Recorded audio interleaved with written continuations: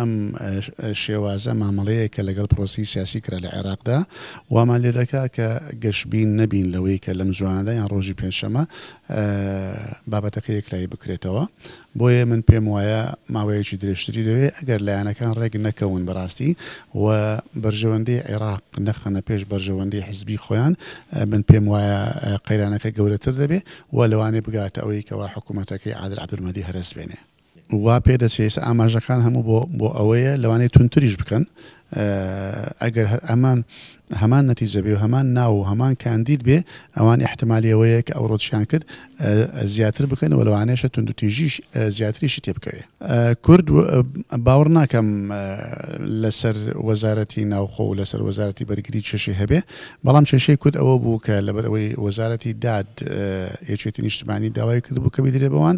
و کاندیدیان هەبوو، کاندیدەکەی ئەوان دانرا، بەڵام کاندیدێکی دیکەی کوردێکی بێلایەن دانرا، ئەوان ناڕازی بوون لەسەر ئەوە و بایکۆتی دانیشتنەکەیان کرد. کەواتە کێشەی کورد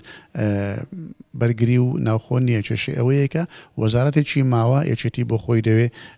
ئەویش ناوی ئەو کاندیدەکەی ئەوانی تیانە بۆ ئەوڕۆ لەبەر ئەوە بایکۆتیان کرد.